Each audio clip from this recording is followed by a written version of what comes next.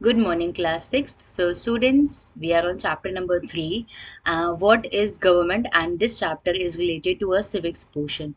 And we have completed the introductory portion. What is government? What does government do? Then, organs of government we have completed. It has mainly divided into three parts: legislature, executive, and judiciary. We have completed all the three organs. Then, levels of government we have completed. Then, after we have done this list, the three lists: union, state, and concurrent list, the work of all those three lists, national, state, and the local level. Then types of government, three types we have done: the democratic government, hereditary or monarchical government, and dictatorship.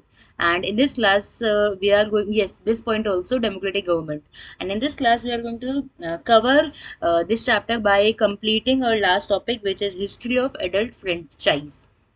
चलिए, adult franchise को वैसे हम पिछली class में ही एक बार cover up कर चुके हैं। एडल्ट फ्रेंचाइज होता क्या है? 18 साल से ऊपर का कोई भी व्यक्ति, चाहे वो मेल हो चाहे वो फीमेल हो, उसको वोटिंग करने का राइट है। ये एक तरीके से एडल्ट फ्रेंचाइज की डेफिनेशन है।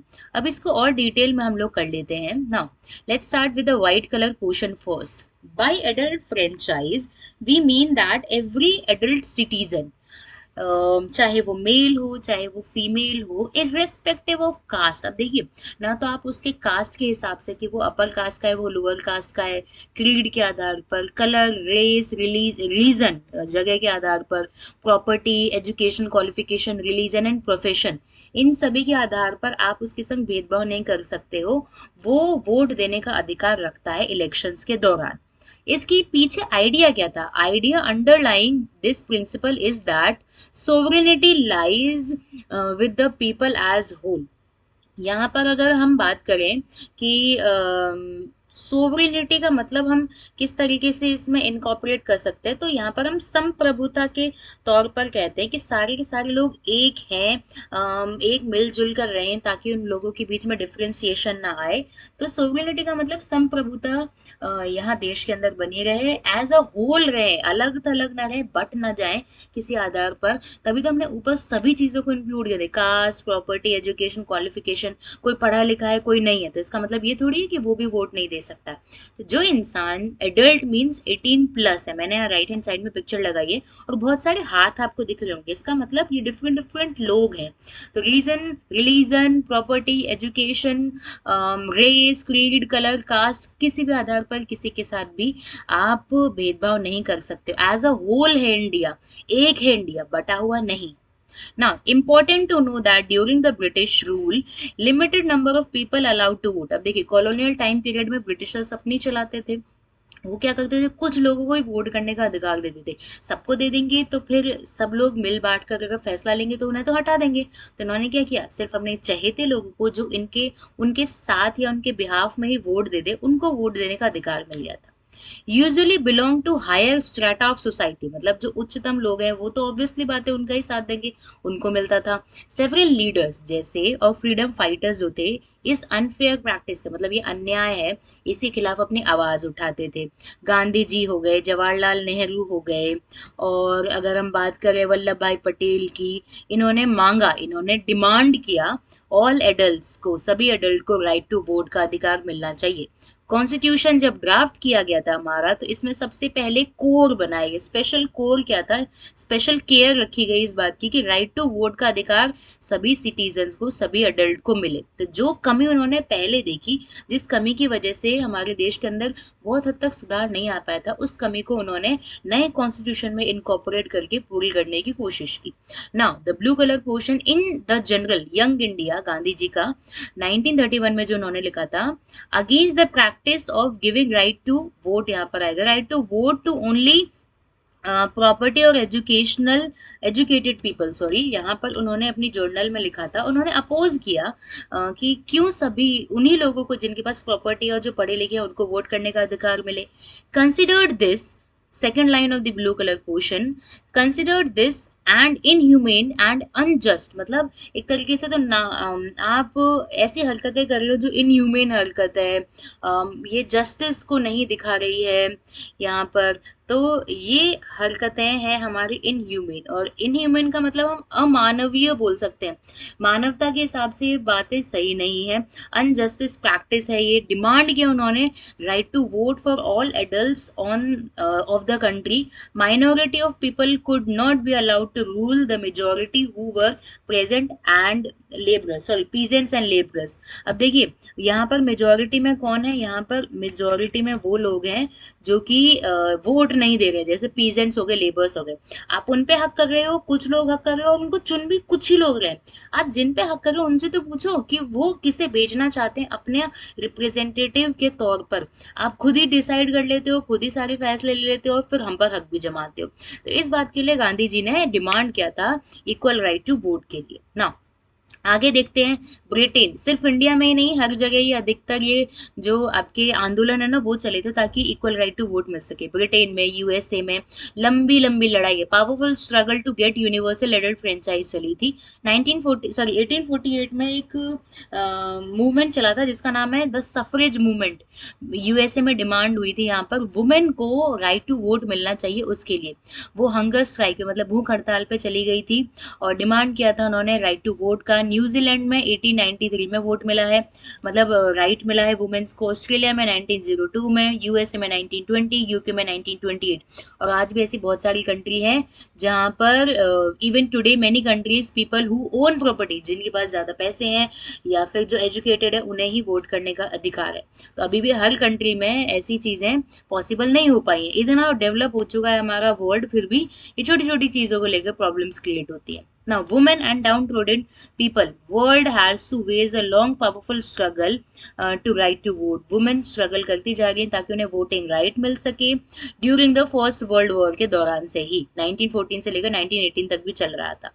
अब देखिए हम यहाँ पर फर्स्ट वर्ल्ड वॉर को इंक्लूड क्यों कर रहे हैं, क्योंकि फर्स्ट वर्ल्ड वॉर के टाइम में जो एडल्ट्स थे ना, जो आदमी थे, वो कहाँ चले गए, वो चले गए लड़ाइयों में। उसके बाद जो वुमेन है, वुमेन बाहर आई, वुमेन केम आउट, हाउसेस से बाहर आई, काम करने लग गई फैक्ट्रीज में और अदर प्लेसेस में।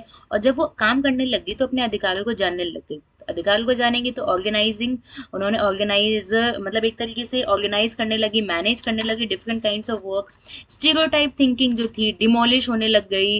और जो सफरेज मूवमेंट्स थे, मैं एक बार यहाँ पर आपको शो कर देती हूँ। Many suffrage imprisoned when they demand for right to vote become militant. And उसके बाद के जो लाइन्स है मैं यहीं पर पढ़ देती हूँ। दे वर फोर्सबली फेड इन प्रिजन, मतलब जेलों में भेज दिया जा रहा था इनको जब ये अपने हक की डिमांड कर रही थी। ग्रेजुअली दे यूनाइटेड, मैं ये चीज़ बुक में से पढ़ रही हूँ। ग्रेजुअली अब धीरे धीरे ये जो चीज़ें थी सारे के सारे लोग यूनाइटेड होने लगे, जिस वजह से वुमेन सफरेज जो मूवमेंट था, जो आंदोलन था, जो वुमेन को अपना राइट नहीं मिल रहा था वोट का, वो चलने लग गया और वो एंड में जाके सफल होता है। उसके बाद और भी कंट्रीज में ऐसे मूवमेंट चलते रहते हैं। सो हम यहाँ पर इस टॉपिक को, इस चैप्टर को यहीं पर खत्म करते हैं। एक बार क्विक रिवीजन करते हैं what we have done in this chapter. Now first, what is government, government क्या है, हमें क्या चाहिए था, हमें हमारे इंटरेस्ट इश्यूज को सॉल्व करने के लिए एक ऑर्गेनाइजेशन चाहिए थी जिसको हमने गवर्नमेंट बोला है। यहाँ पर गवर्नमेंट बनती कैसे है, इनडायरेक्टली हम ही वोट करते हैं। गवर्नमेंट क्या करती है, डिसीजन लेती है, build road, hospitals, control prices of vegetables, fruits, natural calamities में हमारी मदद करिए, बहुत सारे काम है। अब ऑर्गन की बात करें तो उसके 3 ऑर्गन है, लेजिस्लेचर, एग्जीक्यूटिव एंड जुडिशरी। हर एक के अलग अलग काम है। लेजिस्लेचर का मतलब है कानून को बनाना, एग्जीक्यूटिव का मतलब है इसे एग्जीक्यूट कराना, और जुडिशरी का मतलब जो आपके कोर्ट्स वगैरह हो जाते हैं उनसे हम यहाँ पर इंडिकेट कर रहे हैं। जैसे डिस्ट्रिक्ट लेवल के कोर्ट हो गए, हाई कोर्ट हो गए, और आपके सुप्रीम कोर्ट हो गए, जो कि एक ही है दिल्ली के अंदर। नाउ लेवल ऑफ गवर्नमेंट की अगर हम बात करें, मतलब एक इंसान सारे काम नहीं कर सकता, तो हमने काम को क्या किया, डिवाइड कर दिया। तो सबसे बड़ा लेवल है नेशनल, उसके बाद स्टेट लेवल, फिर उसके बाद हम लोगों ने आपका डिस्ट्रिक्ट लेवल कर दिया। स्टेट अगर हम बात करें नेशनल लेवल पे, उसका सारा काम कौन देख रहे हैं, हेड है हमारे गवर्नमेंट के श्री नरेंद्र मोदी। नेशनल लेवल पे वो प्राइम मिनिस्टर है। नेशनल लेवल की पे क्या मतलब, नेशनल लेवल का सारा काम कौन देख रहा है, प्राइम मिनिस्टर। और स्टेट लेवल पे चीफ मिनिस्टर। ऊपर मैंने श्री नरेंद्र मोदी जी की पिक्चर लगाई है, प्राइम मिनिस्टर एंड नीचे हमने राजस्थान के चीफ मिनिस्टर की श्री अशोक गहलोत की पिक्चर लगाई है। नाउ ये हम लोगों ने देख लिया था। फिर उसके बाद हम लोग देख लेते हैं कि ये लिस्ट, ये कुछ काम है जो कि यूनियन लिस्ट नेशनल, जो आपकी अगर हम बोले पावर है, नेशन के पास पावर है यूनियन लिस्ट में कोई भी तरीके की चेंजेस करने के, कोई कानून बनाने के। तो ये यूनियन लिस्ट के काम है। स्टेट लिस्ट में स्टेट बनाएगा, कॉन्करेंट लिस्ट में दोनों मिल बांट के यहाँ पर बना सकते हैं, फ्रेम कर सकते हैं लॉज को। उसके बाद नेशनल लेवल का हम लोगों ने लेजिस्लेचर, एग्जीक्यूटिव, जुडिशरी देखा था। लेजिस्लेचर में पार्लियामेंट है दो, जैसे हम अगर हम स्टेट की बात करते हैं जो कि आगे करेंगे, लेजिस्लेचर कानून कौन बना रहा है, लोकसभा राज्यसभा बना रही है। एग्जीक्यूट कौन कर रहा है, आपके president, vice president, prime minister, council of ministers execute करते हैं लॉ को, एडमिनिस्टर करते हैं, मतलब देश को देख रहे हैं, काम संभाल रहे हैं। जुडिशरी में आपके कॉन्स्टिट्यूशन को बचाती है और हमारे लॉस, हमारी जो राइट्स हैं उसको बचाते हैं judiciary. Supreme court, high court, subordinate court, ये हो गया स्टेट लेवल। विधानसभा, विधान परिषद, एग्जीक्यूटिव कौन है, गवर्नर है, चीफ मिनिस्टर और उसके काउंसिल ऑफ मिनिस्टर्स हैं। यहाँ पर जुडिशियल कौन है, हाई कोर्ट है। यहाँ सुप्रीम कोर्ट नहीं होता है, किसी भी स्टेट के पास उसका सुप्रीम कोर्ट नहीं है, सुप्रीम कोर्ट बस एक ही है। उसके बाद हम लोगों ने देखा था लोकल गवर्नमेंट को देखा था, जिला परिषद, 33 जिले हैं हमारे राजस्थान के अंदर, पंचायत समिति, ग्राम पंचायत। उसके बाद हम लोगों ने डेमोक्रेटिक गवर्नमेंट देखा था।